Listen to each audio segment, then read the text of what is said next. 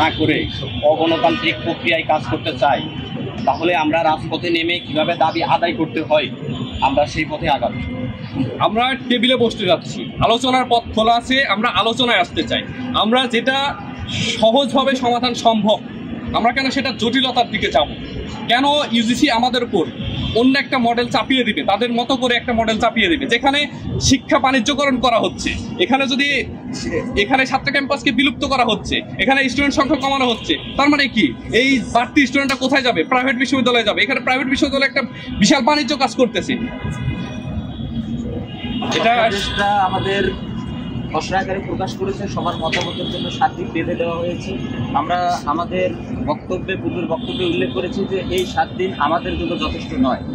আমাদের জন্য আমাদের টেবিল খোলা আছে, টেবিলে সবাইকে বসতে হবে, বসে সুদূর প্রসারী চিন্তা ভাবনা করে, ভবিষ্যতের কথা চিন্তা ভাবনা করে আমাদের বিশ্ববিদ্যালয় প্রণয়ন করতে হবে।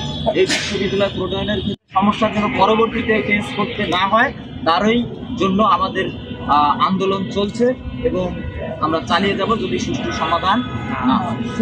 আমরা আপনারা লক্ষ্য করবেন প্রতিটা ক্যাম্পাসে সংবাদ সম্মেলন হয়েছে, তারা তাদের মতো করে করছে। আমরা চাচ্ছি যে ঢাকা কলেজ নিয়ে আন্দোলন করছে, ইডেন নিয়ে আন্দোলন করছে, বাংলা কলেজ, বিদ্রোহী কলেজ, সবাই তাদের স্বাধীনতা রক্ষা নিয়ে ক্যাম্পাসে আলোচনা করতে। এখন আমাদের বিশ্ববিদ্যালয় তৈরির জন্য অনেকগুলো মডেল আছে।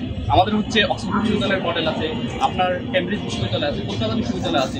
এগুলো আমরা এইসব মডেল উপস্থাপন আমরা এগুলো অনুসরণ না করে আমরা কেন একটা হাইব্রিড স্কুলিং মডেলে যাচ্ছি, যেটা বাংলাদেশের পূর্বে কখনো নাই। বাংলাদেশে কোথায় আপনার 40% অনলাইনে ক্লাস হয়? এটা কি বাংলাদেশের প্রেক্ষাপটে সম্ভব?